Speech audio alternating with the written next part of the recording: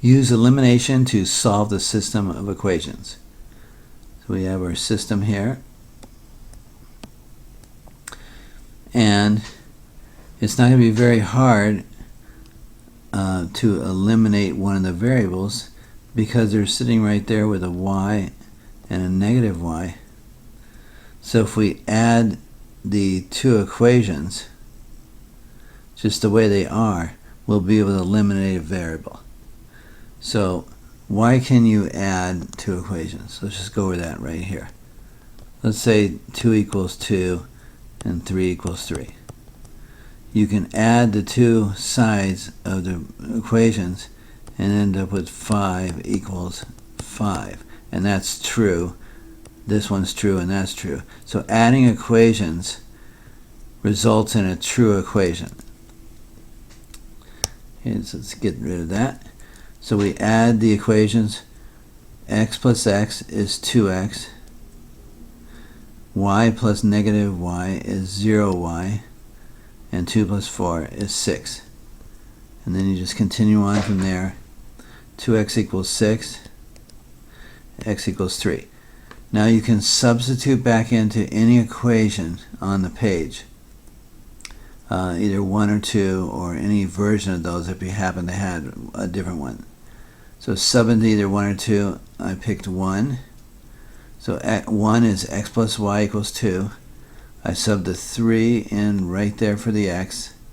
3 plus y is 2. Subtract 3 from both sides. 2 minus 3 is negative 1. So the final result is x equals 3, y equals negative 1, which you write down the point right here. And then you can check it. Check the equations. Number 1, 3 plus y, negative 1.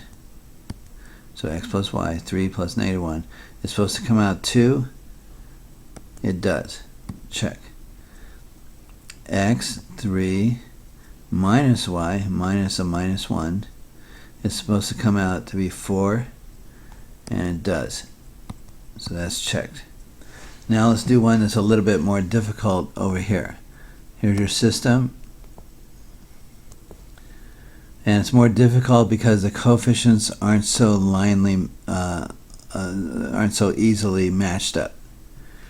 So, choice. You can eliminate x first or y first. Either one. Habit is to eliminate y, but you don't have to do that. You can do x. But my habit is to do y. So, to eliminate the y's, in the idea that you're going to add the two equations, you got to get the y's to 0 out. So you make the coefficient of y be the same but opposite signs. So when you add the equations, the y term would cancel. So our goal is to get these y's to match up. So I'll do 4 times 1, that'll put a 12 here for the y, and 3 times 2, equation number 2, and that will put a negative 12 in front of this y. So when I add them, I'll have 12y minus 12y will be 0. So here's executing the goal. 4 times equation 1. And this is the notation you should use. 4 times equation 1, 4 times, I put the whole equation in the parentheses, which is kind of slang for putting the 4 on both sides, but we know what we're doing. Okay, so then we're going to distribute, and this is where you can make a mistake, if you can make a mistake, is that you won't distribute it right. So this is 8x plus 12y equals 24, and then 3 times line number 2, here's 3 times line number 2, which is 3x minus 12y equals 6. Okay, so now you have the parts of the goal accomplished. So now you're going to do what the plan was. 4 times equation 1 plus 3 times equation 2. So here's 4 times equation 1. Here's 3 times equation 2. and you can see that the y's match up with opposite signs. That was the whole idea. You add the equations, and it'll be 11x plus 0y equals 30. So now you're here. Now you just solve for x by dividing by 11, and you get the x. Now you can substitute into any equation on the page. And by that I mean you could do the original or any multiplied version of the original, whatever is the simplest. So I'm going to choose the original number 2.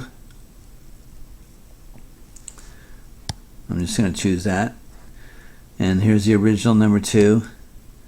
I'm going to take the x and plug it in right here for the x. So that's 30 elevenths minus 4y equals 2. Got some algebra and arithmetic to do. Subtract 30 elevenths from both sides. At the same time, I converted 2 into 22 elevenths because I knew that I'm going to have to add to this common denominator with 11. Then I divided by negative 4. 4 goes into 8, but I think I just multiplied by 1/4 to get to 44, and it was positive, so reduced it down to 2 elevenths. So the final answer is 30 elevenths, 2 elevenths.